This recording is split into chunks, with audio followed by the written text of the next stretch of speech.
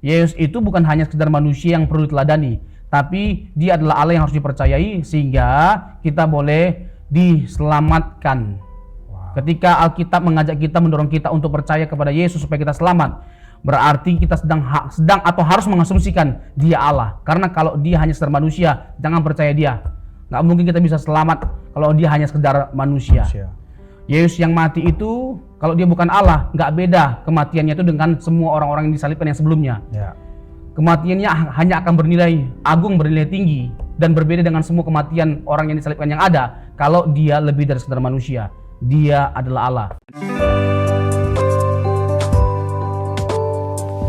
3, 2, 1, ngobrolin pesona Injil yuk setiap hari. Brother Awa. Yes. Ini kalau sudah ada dia nih, kekasih-kekasih Tuhan, Igrea Ngopi di pencinta Igrea Ngopi di seluruh dunia, khususnya jemaat Igrea, udah nggak ada lagi yang harus kita bahas yang sifatnya praktis. Selalu yang doktrinal kalau sama Brother Awa ini. Oke. Ada salah satu pertanyaan klasik, Brother, dan ini pun jemaat agak sulit menjawabnya. Dan pertanyaan ini Yesus sendiri yang ngungkapin bahwa yang mana dia itu hanya utusan. Lalu polemikus yang mencoba untuk menggugat iman Kristen ini bilang begini, bahwa tuh Alkitab kamu sendiri aja ngomong, bahkan Yesus sendiri saja ngomong bahwa dia hanya sekedar utusan, utusan dari Bapa. Dia main tuh secara filosofis, yang diutus sama mengutus mana yang lebih besar? Yesus itu hanya utusan, kenapa kamu jadikan Tuhan? Jadi kita jadi menyembah manusia nih. Padahal Yesus itu hanya utusan, sekedar seorang manusia biasa, dan kita menuhankan Yesus. Itu serangan-serangannya ya. Jemaat pada umumnya bingung juga menjawabnya, Bro. Jangan kan jemaat sekelas pendeta atau scholarship akademisi saja belum tentu dengan tepat menjawab itu, karena ya secara terminologi utusan dan yang mengutus ini kan, yang mengutus pasti lebih rendah dari yang mengutus.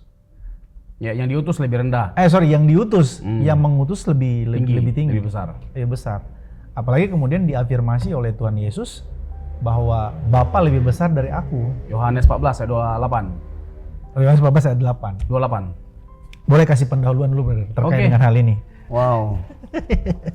Aku sambil ngopi. Ini podcast yang luar biasa ya. Sekaligus ini kursi panas juga ini bagi saya, karena pertanyaan yang diajukan itu pertanyaan-pertanyaan yang memang digumuli dan sering dibahas atau diperdebatkan. Tetapi bagi kita ini challenging ya. Ini suatu tantangan lah bagi kita, dan kita harus memberikan jawaban yang clear terhadap pertanyaan-pertanyaan itu. Dan kita punya pertanyaan sekaligus jawaban. Siap. Pertanyaannya sederhananya begini, apakah kita benar-benar memahami Injil? Sebelum kita terlalu jauh melangkah, karena kalau kita benar-benar memahami Injil, yang pertama kesimpulannya adalah nggak mungkin kita menyangkali keilahiannya. Karena sebelum Yesus manusia, dia adalah Allah, dan ketika dia jadi manusia, dia nggak pernah berhenti jadi Allah. Nah, persoalan-persoalan yang Brother pertanyakan tadi itu persoalan-persoalan yang timbul ketika dia menjelma menjadi manusia. Dalam konteks kemanusiaannya, kita mengartikan atau mengerti semua hal yang tadi. Dalam tanda petik, itu adalah sebuah kewajaran untuk dipertanyakan, dan itu adalah sebuah kewajaran untuk Yesus bahkan lebih rendah daripada Bapa. Karena dia sedang berinkarnasi, dia sedang berkenosis. Dia mengambil satu natur yang terbatas, yaitu natur manusia, natur insani. Dia yang tak terbatas membatasi dirinya dalam kemanusiaannya yang mengosongkan diri. Lebih tepatnya itu Filipi 2 ayat 6 sampai 8. Kata mengosongkan di situ akan lebih tepat kita pahami dalam pengertian begini, Brother, bahwa dia membatasi dirinya dalam penggunaan sifat-sifat keilahiannya. Oh, bukan mengosongkan dalam pengertian sifat-sifatnya. sifat-sifatnya juga. Oke. Bukan dalam pengertian itu. Jadi bukan dia menghilangkan sifat-sifat keilahiannya atau dia menghilangkan keilahiannya, bukan. Tapi dia membatasi dirinya dalam penggunaan sifat-sifat keilahiannya. Dia membatasi dirinya. Tahan dulu sampai situ, Bro. Karena ini juga jadi salah satu diskursus di dalam apa ya, di dalam isu jemaat. Ya. Karena ada juga paham yang memahami bahwa Yesus itu betul-betul manusia. Toh. Karena gini, premisnya sederhana, Brother. Nanti Brother tolong elaborasi.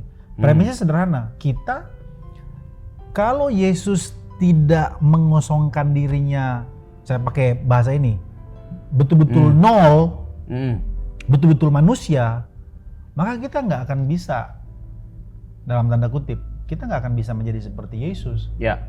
Kalau Yesus ada Allahnya, ada ilahinya, ya konsekuensi logisnya, ya jadi tidak fair. Yesus itu harus manusia toh. Nah, aku cuma mau mengembangkan aja. Ya, itu bisa kita jawab nanti. Silakan. Dan itu adalah pertanyaan yang mudah untuk kita jawab. Sangat mudah bahkan. Tetapi pertama-tama begini, apa yang Alkitab singkapkan bagi setiap kita? Jadi jangan pernah menyimpulkan secara sepihak. Kalau kita sudah membangun premis atau asumsi dasar bahwa Yesus itu bukan Allah, maka ketika kita melihat Alkitab, kita hanya akan melihat sisi kemanusiaannya. Padahal bukan berarti Alkitab tidak menegaskan keilahiannya. Nah, susah orang yang seperti ini ketika diajarkan. Nanti kan kelimpungan ketika disuguhkan berbagai macam indikasi yang menunjukkan bahwa Yesus itu Allah. Sifat-sifat keilahiannya ditegaskan oleh Alkitab, kedudukannya sebagai Allah, lalu tindakan-tindakan Allah dilakukan oleh Yesus Kristus, penghormatan atau honors yang hanya ada pada Allah juga ada pada Yesus, kemuliaan yang hanya ada pada Allah ada juga pada Yesus. Nah, ini semua disaksikan oleh Alkitab. Ini ada gelar-gelar yang hanya ada pada Allah, itu ada pada Yesus. Misalnya dia adalah Tuhan di atas segala Tuhan, Raja di atas segala Raja. Itu adalah gelar yang sering kita lihat dalam Perjanjian Lama, dirujuk kepada Bapa, kepada Allah. Tetapi ketika kita melihat Perjanjian Baru secara khusus di kitab Wahyu yang disebut sebagai Tuhan di atas segala Tuhan, Raja di atas segala Raja, siapa? Yesus. Kalau kita melihat yang awal dan yang akhir, Alfa Omega dalam konteks PL, itu Allah. Lalu ketika kita melihat di Perjanjian Baru, penulis Perjanjian Baru mengidentifikasi bahwa Yesus itu adalah yang awal dan yang akhir, Alfa dan Omega. Misalnya Wahyu pasal 1, ya kan? Ayat 8, ayat 17, Wahyu pasal 21, Wahyu pasal 22. Semuanya itu menyingkapkan identitas Yesus yang adalah Allah dengan menyematkan gelar yang ada pada Allah ada juga pada Yesus. Jadi ini semua akan clear kita bahas. Jadi masalah utama yang perlu kita gali, kita persoalkan adalah adakah sifat-sifat keilahian itu pada Yesus? Adakah perbuatan Allah dilakukan oleh Yesus? Adakah tindakan ilahi dilakukan oleh Yesus? Adakah Yesus mengklaim keilahiannya? Nah, ini dong yang harus kita persoalkan terlebih dahulu. Jadi ketika kita melihat Alkitab, nah biarkanlah Alkitab itu berbicara apa adanya tentang dirinya, tentang siapa Yesus bagi setiap kita. Gitu loh. Jadi jangan langsung masuk kepada Yesus menurut kita. Makanya menarik nanti, brother, ketika Yesus bertanya, menurut kamu siapakah aku? Ya. Nah, Petrus mengungkapkan identitas Yesus dengan benar. Tapi sekalipun demikian, ternyata pernyataan Petrus itu bukan berangkat dari manusia, tapi dari Bapa.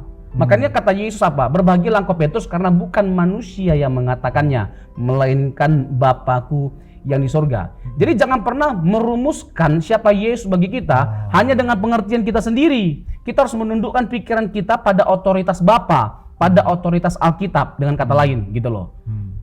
Jadi kita butuh anugerah Allah untuk melihat, memahami siapa Yesus bagi setiap kita. Jadi nggak mungkin lah kalau Yesus itu hanya sekedar manusia biasa, kalau sampai sedemikian hebatnya ditekankan oleh penulis Perjanjian Baru, Yesus itu sampai-sampai yang tadi gelar Allah ada pada Yesus, perbuatan-perbuatan yang hanya dikerjakan oleh Allah dikerjakan oleh Yesus dan lain sebagainya macamnya, brother. Nah, nanti kita masuk kepada pembahasan yang sangat praktis itu, yaitu bagaimana kita bisa mengikuti teladan hidupnya saat kita memandang Dia adalah Allah. Oke, sebelum situ ada tambahan. Ya, pertanyaan brother tadi yang di awal. Iya, Nah, boleh. jadi kita akan bahas itu terlebih dahulu karena itu bersifat teoritis banget ya, atau bersifat teologis dan sangat diperdebatkan, dan tidak sedikit para apologet memberikan jawaban atas semua pertanyaan-pertanyaan itu. Banyak lah ya, Sam Smoon, David Wood, itu teolog-teolog hebat lah, apologet hebat, James White, itu orang-orang yang layak untuk ditonton, untuk menambah sekaligus ilmu ngasih kita, literasi kita. Ya. Literasi. Aku mau masuk langsung ke situ sebelum nanti brother jawab yang praktis-praktis itu. Waktu Tuhan Yesus berkata Bapa lebih besar dari Yesus, kata besar itu kan meison ya. Meison. Nah, sesungguhnya ini kan kita pembaca perjanjian baru ya. Kita sudah baca nih perjanjian baru. Nah, aku mau masuk ke alam pikir orang pada saat itu, brother. Ya. Bagaimana mereka memandang Yesus lebih besar dari Bapa itu? Apakah mereka memandang itu literal? Bahwa Yesus memang Allah kecil dan Bapa lebih besar? Apakah memang literal begitu? Atau bagaimana mereka memandangnya? Dan kalau Yesus, kita katakanlah Yesus itu sehakikat dengan Bapa, dia juga Allah. Nah, kan kita kan pasti sepakat gitu, dia juga Allah. Tapi ada momen-momen di mana Yesus bersifat seperti bukan Allah. Ada momen dia tidak tahu, termasuk hari kapan hari itu, hari kiamat itu, penghakiman. Dia bilang ya anak pun tidak tahu. Nah ini kemudian bisa diafirmasi bahwa ya Yesus sesungguhnya tidak semaha tahu seperti Allah, bahwa Allah itu maha tahu. Itu Matius pasal yang ke-24 ayat 36. Aku mungkin ke sana. Ya, kita mulai dari Yohanes pasal yang ke-14 tadi ayat 28, bahwa pernyataan Yesus langsung, Bapa lebih besar daripada aku. Kalau kita jadi menyimpulkan Yesus jadi tidak Allah karena pernyataan itu akan menabrak keseluruhan dari Injil Yohanes, atau secara khusus pasal yang ke-14. Karena kesimpulan Yohanes pasal yang ke-14 itu bukan di situ. Bukan hendak mengatakan bahwa Yesus tidak Allah, bukan hendak mengatakan Yesus tidak setara dengan Bapa, bukan sedang mengatakan bahwa Yesus tidak satu hakikat dengan Bapa. Tetapi nanti kita berikan makna dalam pengertian apa pernyataan Yesus itu. Yang tadi megas atau meson. Nah, kenapa kita bilang bahwa teks itu tidak cocok ya kita pakai untuk membantah keilahan Yesus? Karena justru Yohanes pasal yang ke-14 sebelum sampai ke ayat 28, ayat 1 sampai 27, kita bisa melihat ada banyak indikasi-indikasi yang menunjukkan Yesus itu lebih dari sekedar manusia. Misalnya ayat yang sangat umum, brother, Yohanes 14 ayat yang ke-6. Akulah jalan kebenaran dan hidup. Itu cukup bagi kita untuk menyimpulkan bahwa dia lebih dari sekedar manusia. Siapa Yesus sehingga dia mengklaim bahwa dia adalah jalan? Dia bukan penunjuk jalan. Dia mengklaim dirinya sebagai jalan. Jalan keselamatan dia. Jalan kepada kehidupan dia. Kalau dia bukan Allah, maka dia tidak berhak mengklaim hal itu. Kecuali kalau dia misalnya kita pandang hanya sekedar manusia, nggak berhak dia mengatakan itu. Hal itu hanya bisa dia tegaskan kalau dia adalah Allah. Jadi kesimpulannya dia Allah atau bukan. Atau bahkan lebih buruknya, kita pandang aja sekalian dia orang gila yang ngaku-ngaku Allah. Maka kan nggak mungkin kita menyimpulkan dia orang gila yang ngaku-ngaku Allah. Udah pasti nggak ada kesimpulan lain. Maka kita harus terima bahwa dia adalah Allah. Dia jalan, dia kebenaran. Kebenaran, brother. Biasanya para nabi, kalau mereka hendak menafsirkan sebuah Taurat, mereka akan merujuk kepada para penafsir pendahulunya atau minimal para rabi. Mereka akan melihat penafsiran atau pandangan para rabi terhadap sebuah teks. Tetapi Yesus sang kebenaran, dia bukan hanya punya murid yang menegaskan bahwa dia layak disebut sebagai guru, tapi lebih dari sekedar guru. Dia dalam mengajarkan kebenaran, dia menunjukkan otoritasnya sebagai Allah. Misalnya Matius pasal yang ke-5 ayat 20 sampai 22 kalau saya tidak salah, ya kan, engkau telah mendengar tapi aku berkata. Ya, aku berkata.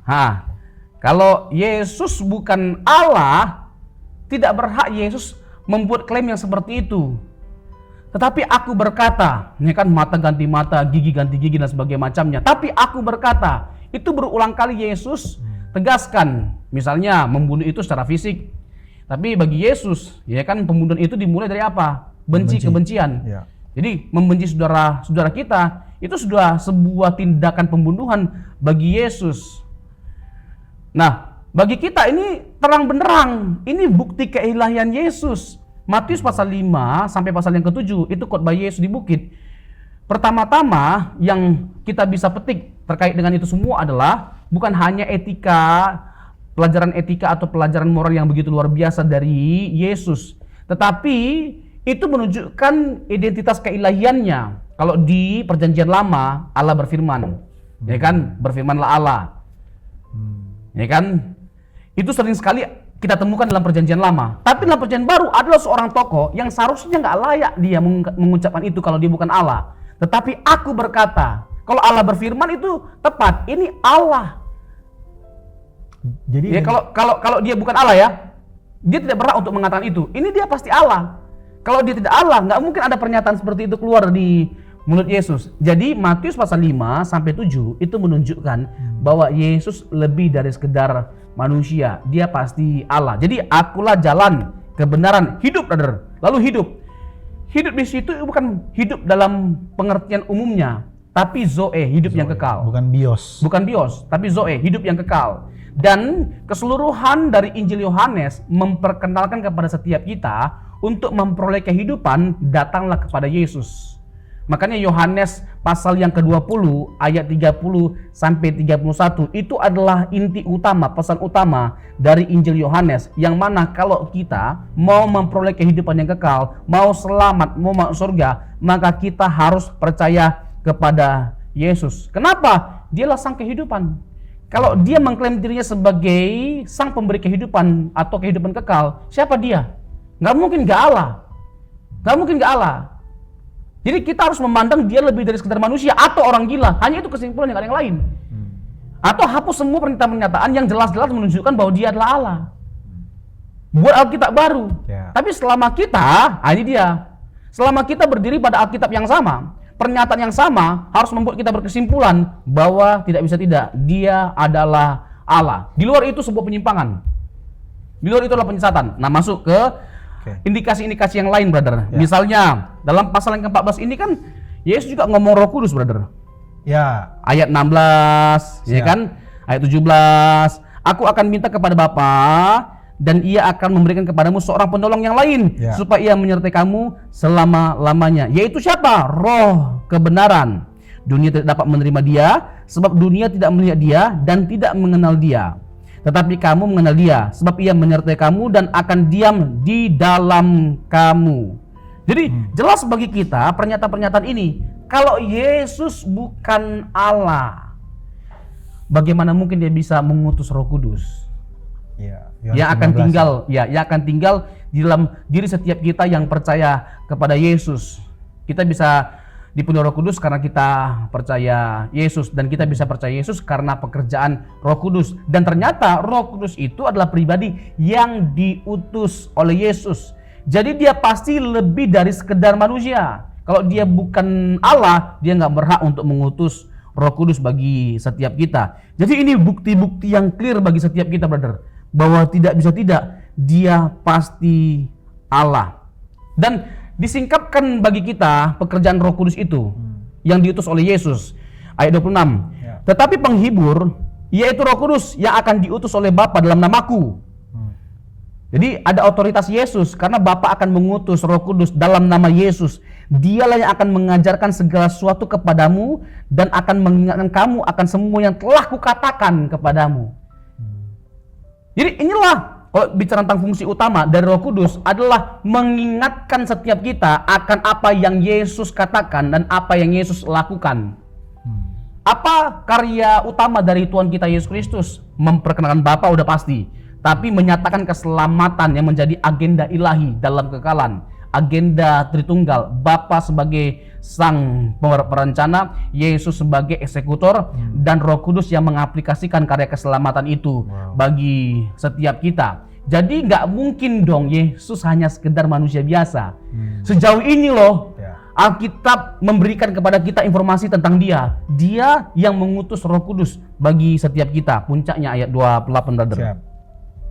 Kamu telah mendengar bahwa aku telah berkata kepadamu, aku pergi, tetapi aku datang kembali kepadamu. Sekiranya kamu mengasihi aku, kamu tentu akan bersukacita karena aku pergi kepada Bapakku, sebab Bapa lebih besar daripada aku. Jadi dalam konteks apa? Sekali lagi brother, nggak mungkin dong. Tadi kan kita udah lihat kan, nggak mungkin dalam pengertian bahwa dia tidak Allah. Ya. Kita artikan, pasti ada yang lain. Karena kalau kita bilang dia tidak Allah dengan melihat ayat ini, bertabrakan dong dengan ayat tadi. Ya. Dengan penjelasan tadi dari pasal 14 loh ini, belum Ya. keseluruhan Injil Yohanes loh, apalagi keseluruhan dari Alkitab. Nah kita kan nggak boleh kan menafsirkan satu ayat lalu bertabrakan dengan ayat-ayat yang lainnya dengan konteks itu. Nah lalu kita mencoba untuk mencari tahu apa maksud dari kata lebih besar. Dalam bahasa asli, bahasa Yunani itu meson atau megas. Lebih besar dalam pengertian apa? Dalam pengertian fungsi atau jabatan. Misalnya saya dengan Pak Prabowo, secara fungsi jabatan siapa yang lebih besar? Udah pasti Pak Prabowo. Ya. Ya kan? Dalam pengertian apa itu? Fungsi. Tapi dalam pengertian hakikat saya dengan Pak Prabowo itu siapa lebih tinggi? Nggak ada, setara dalam pengertian hakikat. Nah, sama. Itu sama dengan ayat ini dalam pengertian fungsi karena Yesus sebagai yang diutus, karena Yesus sebagai pribadi Allah yang berinkarnasi, maka dia lebih rendah. Dalam posisinya yang berinkarnasi ini, dia membatasi dirinya, brother. Bahkan bahasanya Paulus dalam Filipi 2 yang kenosis, yang walaupun dalam rupa Allah tidak menganggap kesetaranya dengan Allah sebagai yang mutlak untuk dipertahankan, melainkan mengosongkan dirinya dan mengambil rupa seorang hamba. Ingat brother, Yesus itu satu pribadi dengan dua natur. Nah ini mesti pembahasan lain lagi nih. Ya, rupa ilahi dan rupa insani, rupa Allah dan rupa manusia. Jadi Paulus menyingkapkan Yesus yang adalah Allah dan manusia sekaligus. Dia sepenuhnya Allah dan sepenuhnya manusia. Nah ini nanti masuk ke pertanyaan brother tadi. Nanti saya akan ke situ. Jadi kita nggak boleh hanya memandang salah satu di antaranya, hanya meyakini salah satu di antaranya. Itu sebuah ketimpangan. Dan bahkan kesesatan. Karena gini brother, kalau kita membuang keilahian Yesus, Yesus bukan Allah, maka tidak berhak kita sebut dia sebagai juru selamat. Setuju. Dan nggak mungkin dia bisa mengerjakan karya keselamatan. Karena karya keselamatan itu hanya sesuatu yang bisa dikerjakan oleh Allah. Misalnya Yesaya pasal 45 brother, ayat 21 sampai 22 kalau saya tidak salah. Sebelum ke sana, ya kalau kita katakan Yesus itu PLT keselamatan, pelaksana keselamatan, ya itu akan menggugurkan seluruh Alkitab. Karena pernyataan Allah dalam PL itu jelas. Misalnya Yesaya 43 ayat 11, akulah sang penebus, akulah juru selamat, tidak ada yang lain. Jadi tidak terbuka ruang pada yang lain. Jadi hanya pada dirinya keselamatan itu bisa terjadi. Tuhan huruf besar kan, YHWH berarti. Iya. Allah tidak pernah dalam konteks keselamatan umat manusia, dalam konteks untuk penebusan dosa, Allah tidak pernah mewakilkan dirinya pada yang lain, kepada yang lain. Jadi saat perjanjian lama menegaskan bahwa akulah satu-satunya penebus, akulah satu-satunya juru selamat, artinya nggak mungkin ada PLT-PLT-an. Nggak mungkin bisa diwakilkan. Jadi karya keselamatan itu hanyalah karya yang bisa dikerjakan oleh Allah. Jadi kalau Yesus bukan Allah, apakah bisa dia mengerjakan keselamatan? Nggak mungkin, karena PL tadi mengatakan bahwa juru selamat satu-satunya adalah Allah. Berarti ketika kita melihat perjanjian baru, brother, diidentifikasi juru selamat atau keselamatan itu dikerjakan oleh siapa? Yesus. Kisah Rasul 4 ayat 12. Yohanes 14 ayat yang ke-6.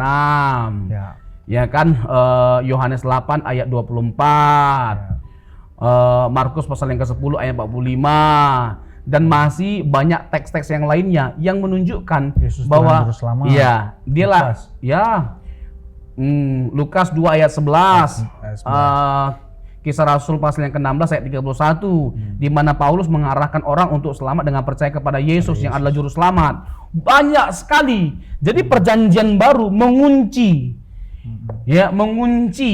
berbagai macam pertanyaan kita dengan melihat kepada Yesus. Kalau kita bicara tentang keselamatan, artinya kalau mau selamat, datanglah kepada dia sang juru selamat. Dan kalau kita mengklaim dia sebagai sang juru selamat, kita harus mengklaim bahwa dia Allah. Kalau dia bukan Allah, jangan sebut dia juru selamat, karena hanya Allah yang bisa menyelamatkan. Jadi dia harus lebih dari sekedar manusia. Karena apa, brother? Karena kuasa dosa, kuasa maut, kuasa kegelapan atau kuasa iblis itu adalah kuasa yang jauh lebih besar daripada manusia. Oke. Jadi Yesus harus lebih dari sekedar manusia. Kolose 2 ayat 9, brother. Di dalam dialah berdiam secara jasmania. Kepenuhan. Ya, seluruh kepenuhan kealahan. Jadi Yesus itu satu pribadi dengan dua natur. Dia insani sepenuhnya, dia ilahi sepenuhnya. Jangan direduksi. Jadi itu adalah perusakan yang sangat mengerikan ketika kita memandang dia hanya sekedar manusia. Berhenti ya, kita jadi Kristen saat kita hanya memandang dia sebagai manusia. Jadi nggak berhak kita menyebut diri kita Kristen lagi saat kita mengatakan Yesus bukan Allah. Aku mau masuk ke persoalan ini sebelum nanti Brother jawab yang praktis-praktis. Terlintas. Bagaimana kita mengintegrasikan formula teologisnya monoteisme Yahudi pada saat itu Dengan melihat Yesus juga. dengan melihat Yesus dan Tritunggal ini? Gitu. Oke, ini menarik, brother. Tapi ada yang lupa saya jelaskan. Apa tuh? Tadi kan Meson, Meson, Megas, ya. ya, lebih besar. Lebih besar. Jadi itu dalam pengertian apa? Dalam pengertian fungsi atau kedudukan. Tadi udah jelasin. Iya, tambah lagi. Ayat 12-nya, apa dikatakan di sana? Ini menarik, brother. Dikatakan ayat 12-nya, aku berkata kepadamu, sesungguhnya barang siapa percaya kepadaku, ia akan melakukan juga pekerjaan-pekerjaan yang aku lakukan, bahkan pekerjaan-pekerjaan yang lebih besar daripada itu, sebab aku pergi kepada Bapa. Ada kata Megas lagi, Meson, lebih besar. Oh, oke. Jadi nggak mungkin dong kata Meson di ayat 28 itu diartikan dalam pengertian hakikat. Kalau dalam pengertian hakikat kita paksakan, berarti ternyata Bapa bukan hanya lebih besar dari Yesus, ternyata para murid pun lebih besar daripada Yesus. Kalau mau kita artikan dalam pengertian hakikat, kan nggak mungkin dong. Sementara di otak kita, ya kan termasuk saksi Yehova, Arius dan sebagainya macamnya, mereka memandang bahwa Yesus itu adalah ciptaan atau sosok yang lebih tinggi dari semua ciptaan yang ada, bahkan daripada para murid. Nah, kalau kita paksakan kata Meson itu dalam pengertian hakikat, kan menabrak semuanya pandangan mereka. Ya kan, ternyata para murid lebih besar hakikatnya daripada Yesus. Nah, apa kesimpulan lainnya? Apa solusinya? Maka nggak mungkin dong itu dalam pengertian hakikat. Pasti dalam pengertian fungsi atau quantity, bukan quality. Itulah sebabnya kita harus punya basic kaidah hermeneutik yang benar ya, benar. Iya. Tidak melepaskan Teks dari konteks, ya kan. Terus ya dari sisi gramatikalnya kita persoalkan, masih banyak lah. Kalau kita bicara tentang langkah-langkah hermeneutika, termasuk adalah membandingkan teks yang satu dengan teks yang lainnya. Terus dengan melihat pandangan para pakar, masih banyak urut-urutannya. Tapi yang paling standar adalah jangan melepaskan teks dari konteksnya. Nah, ayat 12 ini adalah konteks yang sama dari pasal yang ke-14. Jadi para murid juga disebut lebih besar daripada Yesus pekerjaan-pekerjaannya. Tapi itu dalam pengertian apa? Bukan hakikat, tapi fungsi. Jadi dalam pengertian apa Bapa lebih besar daripada Yesus sebagai pribadi yang telah berinkarnasi, Allah yang berinkarnasi. Dalam pengertian fungsi, memang Bapa lebih besar. Karena dia adalah pribadi yang membatasi dirinya, maka tidak heran dalam konteks kemanusiaannya, Matius 24 ayat 36, dia juga tidak tahu tentang hari itu, tentang hari kiamat. Ya, dalam konteks kemanusiaan yang telah membatasi diri, kan dia kenosis kan, membatasi dirinya dalam penggunaan sifat-sifat keilahiannya. Jadi adalah sebuah kewajaran sampai Yesus mengeluarkan pernyataan itu, karena dia bukan hanya natur ilahi, tapi natur insani. Dalam konteks insani, dalam konteks kemanusiaannya, dia menegaskan hal itu. Menarik, brother, ketika ada orang yang mencoba menjelaskan ayat itu dengan menggunakan kebudayaan Yahudi, di mana dalam konteks budaya Yahudi, dalam konteks pernikahan, Bapa lah yang memberikan informasi mengenai kapan waktu pernikahan dari anaknya atau mempelai. Tapi bukan berarti sang mempelai tidak tahu kapan hari pernikahannya. Tapi itu bukan tugasnya. Nah, yang ketiga, kalau Yesus kasih tahu secara langsung pada waktu itu kan menabrak pesan-pesan yang lainnya, pesan-pesannya Yesus yang lainnya, misalnya berjaga-jaga, ya kan, kayak 5 gadis bijaksana, 5 gadis yang bodoh, kan kita diminta oleh Tuhan untuk berwaspada, berjaga-jaga, Kan jelas itu. Nah, Ya. kalau Yesus kasih tahu kapan harinya kedatangannya, untuk apa lagi kita disuruh berjaga-jaga. Terus aneh rasanya, Tuhan kasih tahu kan bagaimana sifat dari kedatangannya, seperti pencuri. Seperti pencuri. Ya kan? Mana ada pencuri kasih tahu gitu loh kapan dia datang. Besok aku datang ya. Gitu loh. Jadi seperti pencuri sifat kedatangannya. Berarti dia tahu kan, dia menentukan kapan dia datang. Ya.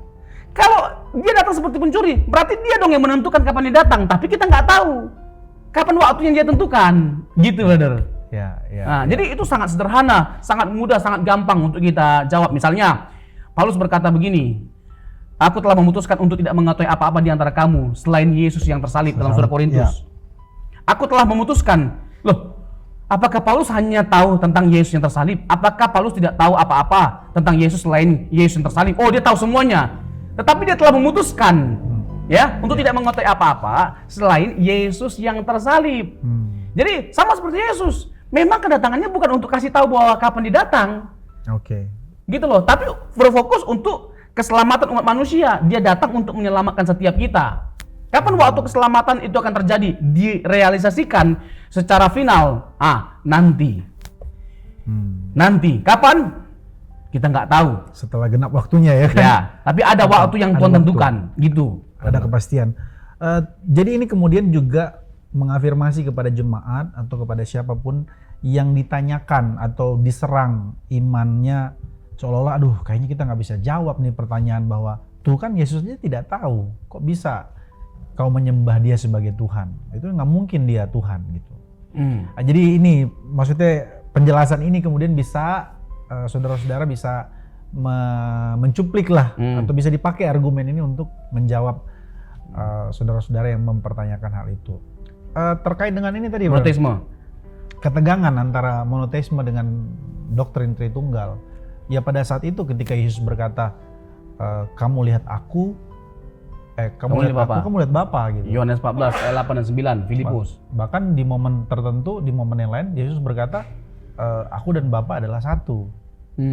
Nah, mungkin kalau kita di zaman itu juga hidup, mau kita lemparin tuh Tuhan Yesus pakai batu, karena kita monoteisme ketat nih, gitu.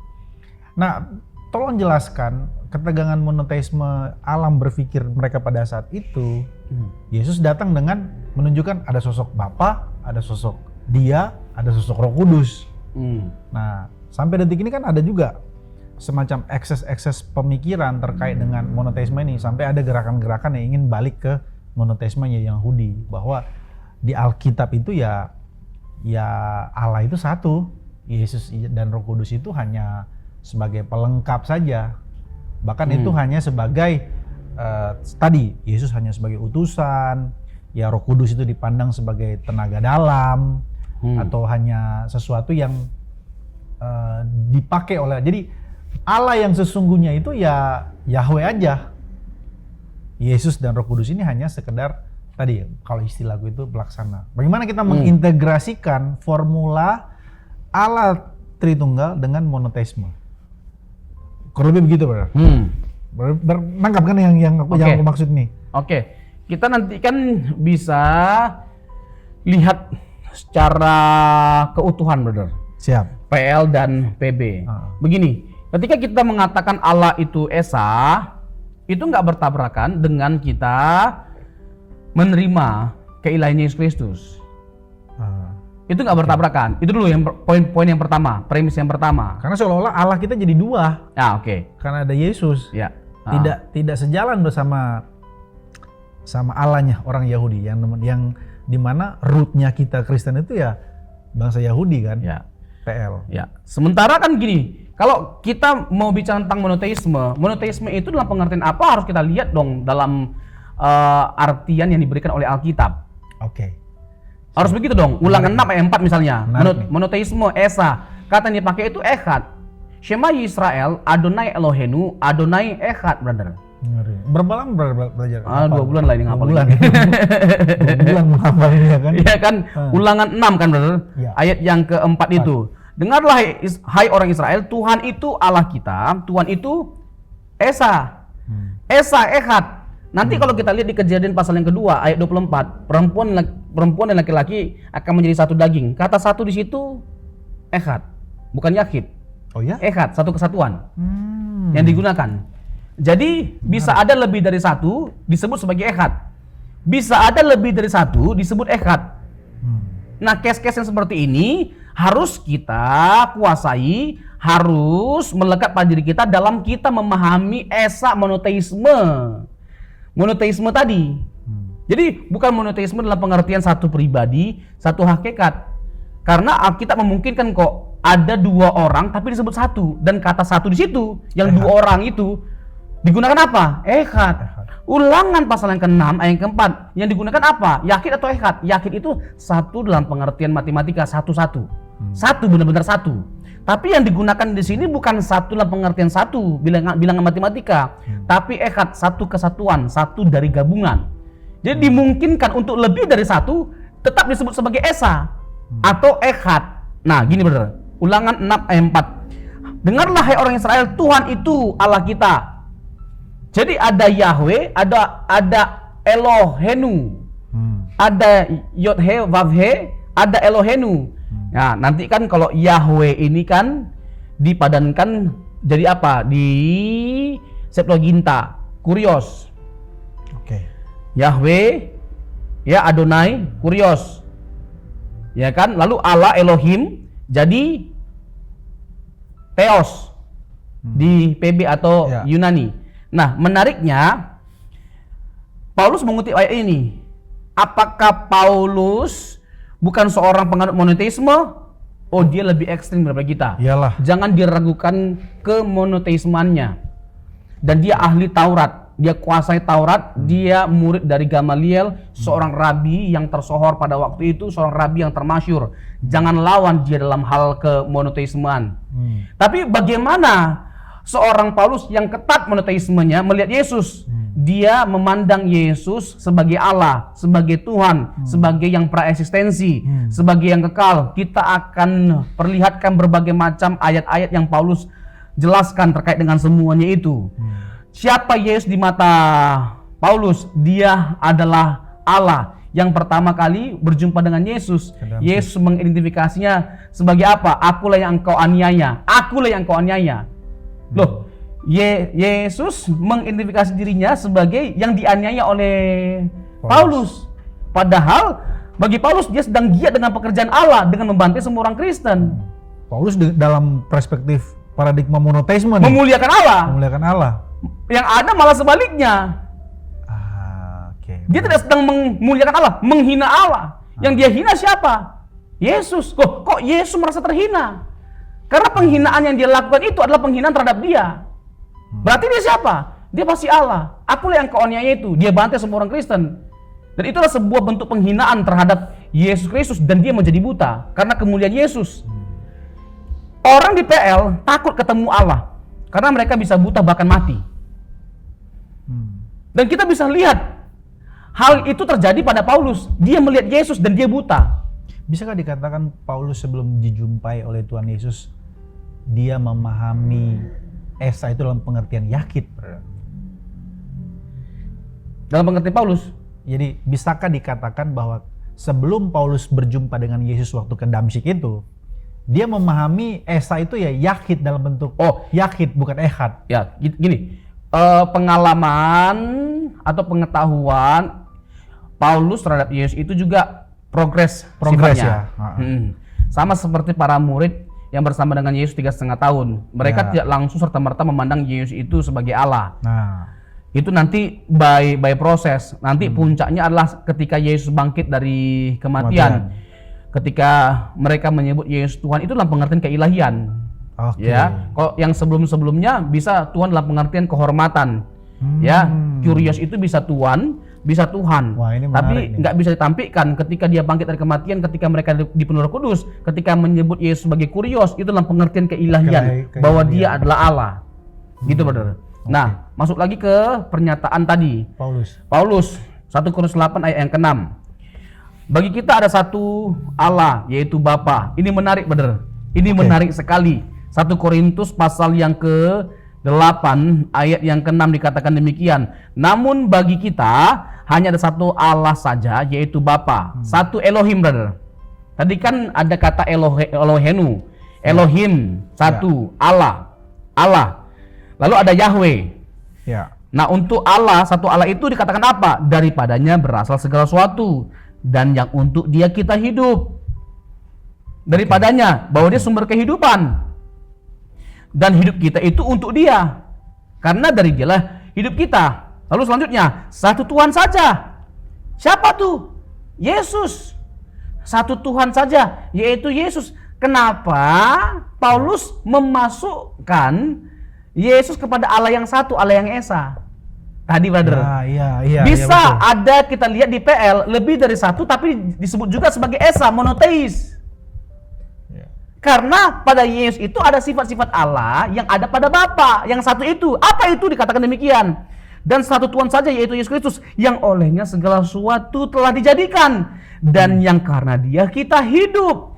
Jadi sifat-sifat yang ada pada Bapa juga ada pada Yesus. Dan Yesus dan Bapa itu sebagai satu Tuhan, satu Allah. Jadi Paulus ketika menyebut Yesus sebagai Tuhan, sebagai Allah, tidak sedang mengingkari monoteisme Allah. Allah tetap monoteisme. Nah, yang aneh itu begini, brother. Ada orang ya yang menolak Yesus sebagai Allah. Dia sepenuhnya manusia. Terus. Dia bukan Allah, tapi tetap memandang Yesus sebagai Tuhan. Tetap memandang Yesus sebagai Tuhan dan tetap menyembah Yesus sebagai Tuhan. Bagi orang seperti ini, ya, kelompok seperti ini, hanya Bapa yang Allah, tapi tetap menyembah Yesus. Ini sebuah pengingkaran terhadap apa?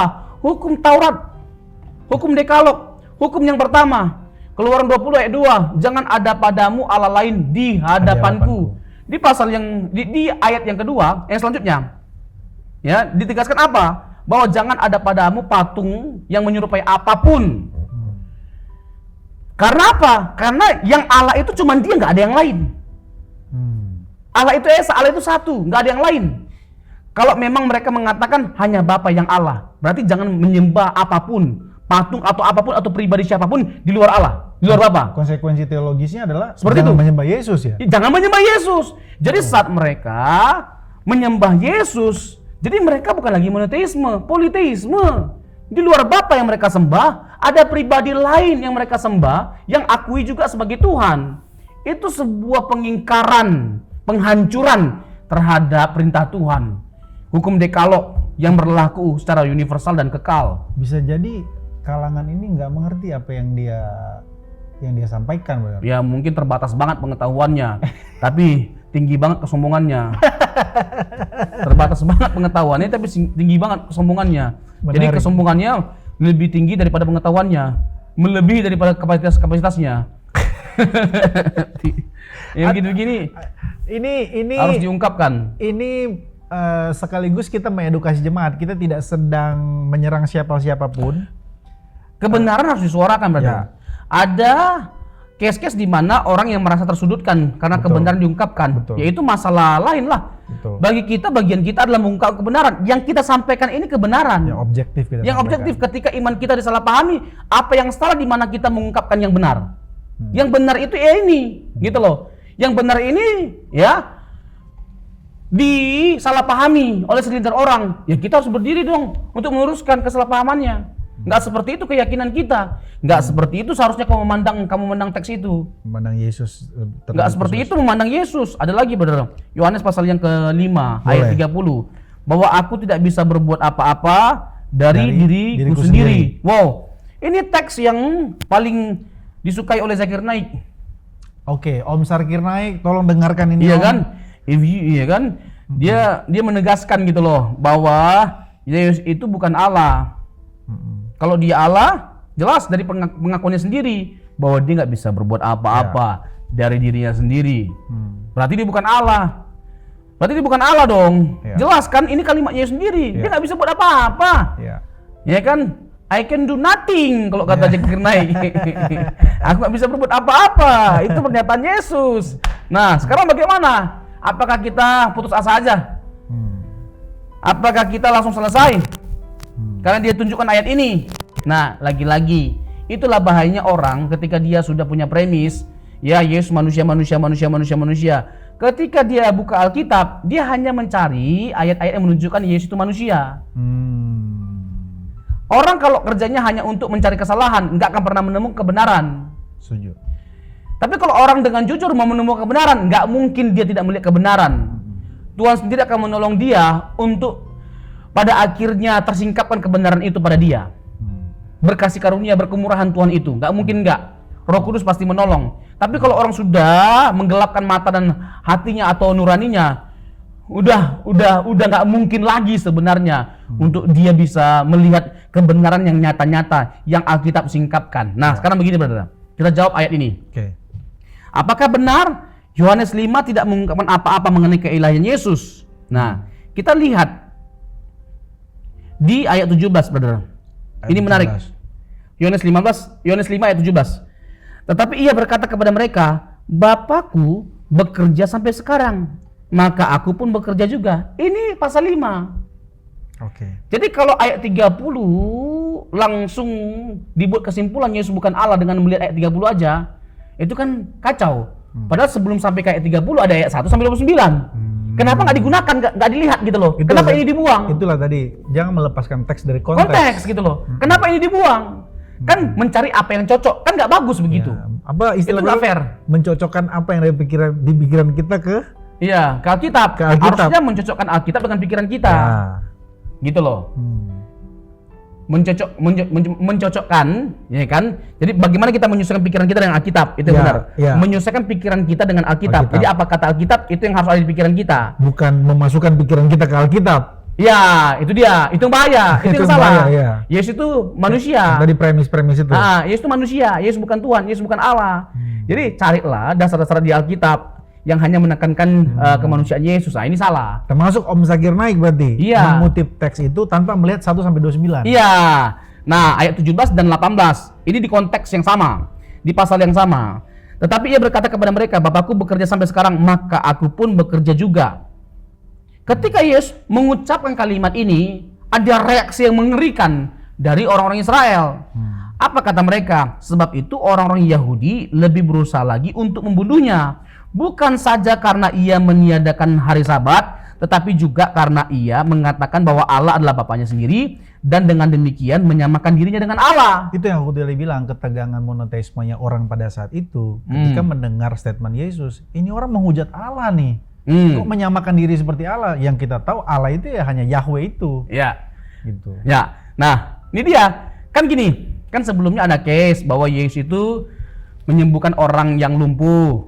Angkatlah tilammu, berjalanlah pada hari Sabat. Ya. Apakah itu sebuah pelanggaran terhadap Sabat? Tentunya tidak. Pertama, dalam konteks tertentu ada misalnya hewan yang masuk sumur, itu nggak jadi masalah untuk ditolong dan itu nggak dianggap sebagai bentuk pelanggaran terhadap Sabat. Apalagi kalau manusia yang ditolong, apalagi kalau kita menyatakan kebaikan kepada sesama, menolong sesama, itu bukan sebuah pelanggaran. Apalagi dalam Matius pasal yang ke-12 ayat 6 dan 8. Yap. Di ayat 8 Yesus berkata, aku adalah Tuhan atas hari Sabat. Berarti yang menetapkan hari Sabat siapa? Yesus. Tuhan, Yesus. Dia mengidentifikasi bahwa dialah yang menetapkan hari Sabat. Kamu sangat menghargai hari Sabat, kamu sangat menghormati hari Sabat, aku yang menetapkannya. Aku Tuhan atas hari Sabat. Kalau begitu siapa Yesus? Masa hanya manusia biasa? Kan nggak mungkin. Makanya itu adalah sebuah penghujatan yang sangat luar biasa dari Yesus. Kalau ternyata dia hanya sekedar manusia, udah pasti dia sedang mengklaim keilahiannya secara tidak langsung, bahwa dia adalah Allah, aku Tuhan atas hari Sabat. Jadi Yesus dianggap melanggar hari Sabat dan menghujat Allah. Kenapa? Dia menyebut Bapa itu sebagai Bapakku. Itu menunjukkan ada hubungan yang eksklusif dari Yesus dan Bapa. Eksklusivitasnya itu dalam pengertian apa? Hubungan itu terjalin dari sejak kekal sampai kekal. Nggak pernah terputus hubungan Yesus dan Bapa. Itu membuat mereka marah. Jadi itu menegaskan keilahiannya. Bapakku, untuk menunjukkan bahwa dia adalah Allah. Di mana? Dia berkata bahwa ayat 17, Bapakku bekerja sampai sekarang, maka aku pun bekerja juga. Jadi ternyata waktu Bapa menciptakan, Yesus terlibat menciptakan. Itulah Yohanes 1 ayat 1 sampai 3. Dari segala yang jadi tidak ada yang jadi tanpa dia. Jadi tidak pernah ada karya di mana Yesus tidak terlibat. Itulah perikoesis, saling mendiami, ya, saling bersekutu. tidak pernah ada karya yang tidak dikerjakan bersama-sama. Ketiga pribadi itu termasuk Roh Kudus selalu turut terlibat dalam setiap karya ilahi yang ada. Dengan kata lain, Yesus bukannya baru ada di zaman itu ya? Iya, Yesus bukan baru lahir. Ya, Kalau karena pada saat itu kan orang berbisik-bisik juga terkait dengan runtuhkan abad Allah ini. 3 hari aku bangun.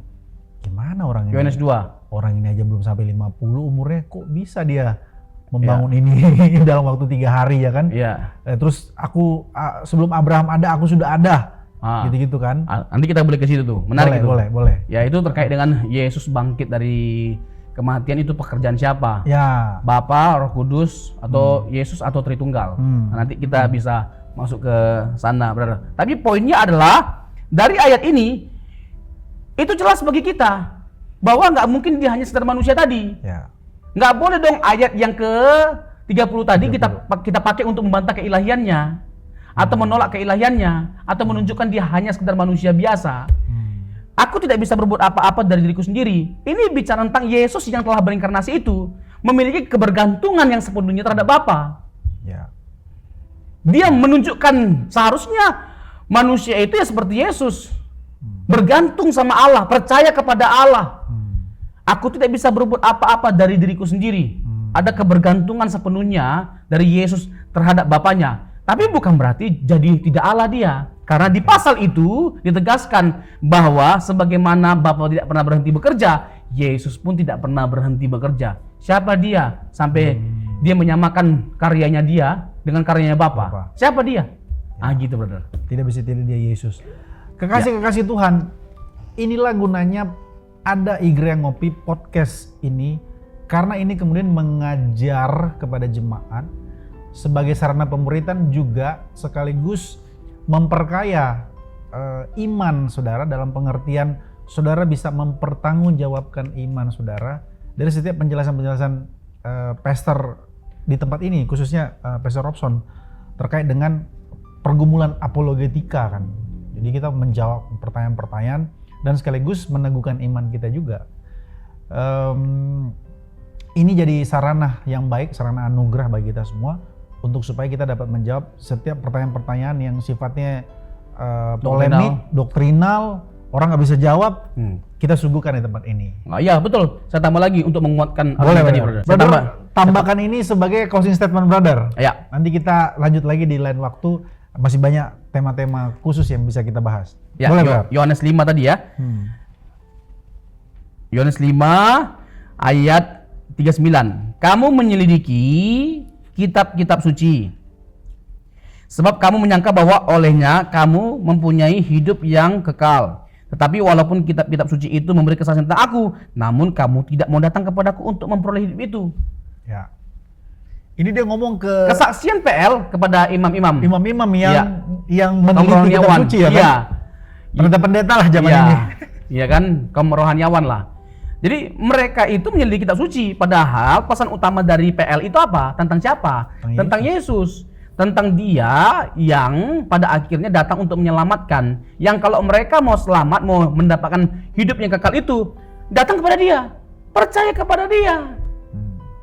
Jadi jelas kan pesan dari pasal yang kelima itu mengidentifikasi Yesus sebagai Allah, Yesus sebagai Tuhan. Itu dulu dong pesan utama yang harus dipegang. Sehingga ketika kita menafsirkan salah satu di antara ayat yang ada, nggak lepas gitu loh, nggak bertabrakan dengan itu. Kayak tadi, aku tidak bisa berbuat apa-apa diriku sendiri.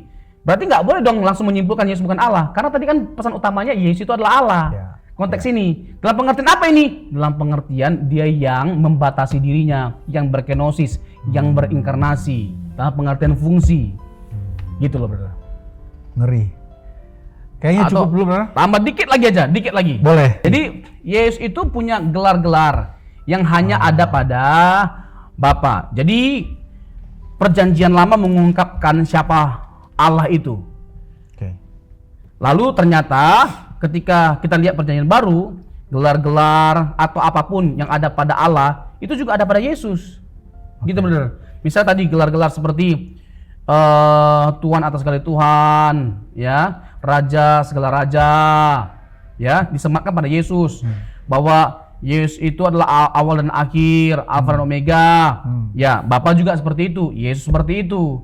Lalu Bapa disebut sebagai mempelai pria, mempelai laki-laki. Yesus disebut sebagai mempelai laki-laki. Lalu gelar-gelar yang lainnya yang menunjukkan bahwa Yesus itu adalah Allah yang disaksikan oleh PL tadi. Semua gelar-gelar yang ada di PL tentang Allah ada pada Yesus. Berarti tidak bisa tidak, Yesus itu pasti Allah. Lalu tadi perbuatan-perbuatan. Perbuatan-perbuatan yang dilakukan oleh Allah diperbuat oleh Yesus. Dilakukan oleh Yesus.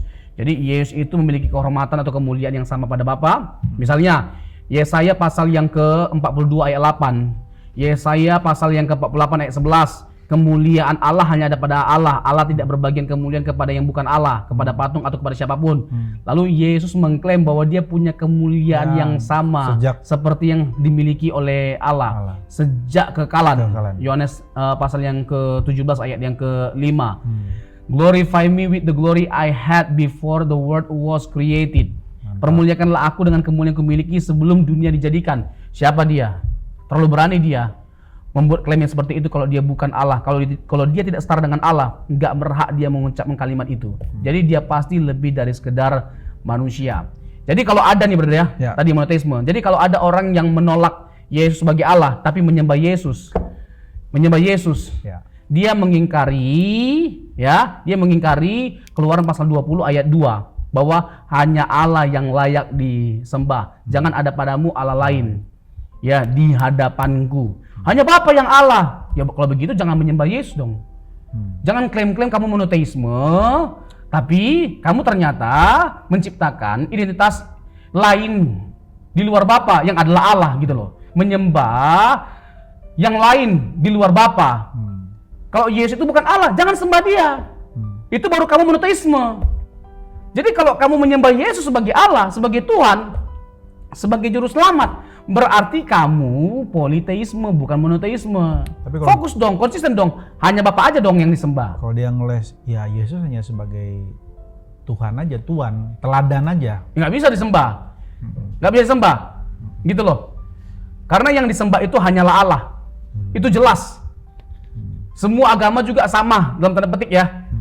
Ya, bagi mereka siapa-siapa aja Allah itu. Ya mereka akan menyembah yang mereka anggap sebagai Allah. Kalau Kristen misalnya fokus gitu loh kepada Allah Tritunggal, Bapa, Putra, Roh Kudus, 3 pribadi, 1 hakikat. Kita menyembah Bapa, Putra, Roh Kudus, menyembah Allah Tritunggal, menyembah Yesus. Fokus gitu loh. Nah, kalau mereka bilang bahwa hanya Bapa yang Allah, fokuslah menyembah Bapa. Jangan bilang hanya Bapa yang Allah tapi juga menyembah Yesus. Makanya itu adalah bentuk apa? Bentuk pengkhianatan terhadap Bapa. Itu kritik kita terhadap mereka, pengkhianatan loh terhadap Bapa. Kalau ada orang yang, ini terakhir dari yang terakhir, kalau ada orang yang menyembah Tritunggal tapi mengklasifikasikan ada Allah major, ada Allah minor, itu signifikan nggak kesalahannya Bang? Gini aja cara menjawabnya, sederhana, bahwa kita harus menyuarakan apa yang disuarakan oleh Alkitab. Jadi Alkitab mengidentifikasi bahwa Bapa, Putra, Roh Kudus itu adalah 3 pribadi yang punya sifat-sifat yang sama, kemuliaan yang sama, kedudukan yang sama, perbuatan yang sama. Ketiga pribadi itu selalu terlibat dalam semua karya ilahi yang sama. Maka kita harus memberikan penghormatan yang sama kepada ketiga pribadi itu. Kita pun percaya, maksudnya kita pun menerima subordinasi Yesus, tapi dalam pengertian apa dulu fungsi. Ya kan? Dalam pengertian fungsi, bukan dalam pengertian hakikat atau ontologi. Dalam pengertian hakikat atau ontologi. Teladan. Yesus teladan kita. Yes. Dan layak untuk diteladani. Tapi kan jelas, Yesus itu bukan hanya sekedar manusia yang perlu diteladani, tapi dia adalah Allah yang harus dipercayai sehingga kita boleh diselamatkan. Ketika Alkitab mengajak kita, mendorong kita untuk percaya kepada Yesus supaya kita selamat, berarti kita sedang atau harus mengasumsikan dia Allah. Karena kalau dia hanya sekedar manusia, jangan percaya dia. Nggak mungkin kita bisa selamat kalau dia hanya sekedar manusia. Yesus yang mati itu, kalau dia bukan Allah, nggak beda kematiannya itu dengan semua orang-orang yang disalibkan yang sebelumnya. Kematiannya hanya akan bernilai agung, bernilai tinggi, dan berbeda dengan semua kematian orang yang disalibkan yang ada kalau dia lebih dari sekedar manusia. Dia adalah Allah. Lihat, saksikan Yesaya pasal 53. Yang mati, yang menderita hamba yang menderita itu adalah Allah yang berinkarnasi. Siap. Nanti kita lanjut lagi, Brother. aku jadi tergelitik mau nanya, kok bisa Allah mati gitu, disalibkan. Bagaimana keadaan keilahian Yesus waktu disalibkan? Next kita gas. Next kita gas. Thank you so much, bro. Yes. Sampai jumpa. Tuhan Yesus memberkati. Semangat terus Amen. melayani Tuhan dan belajar terus tentang Injil kebenaran. Jangan Amen. lepaskan teks dari konteks. Yes. Ya kan? Sampai jumpa. God bless.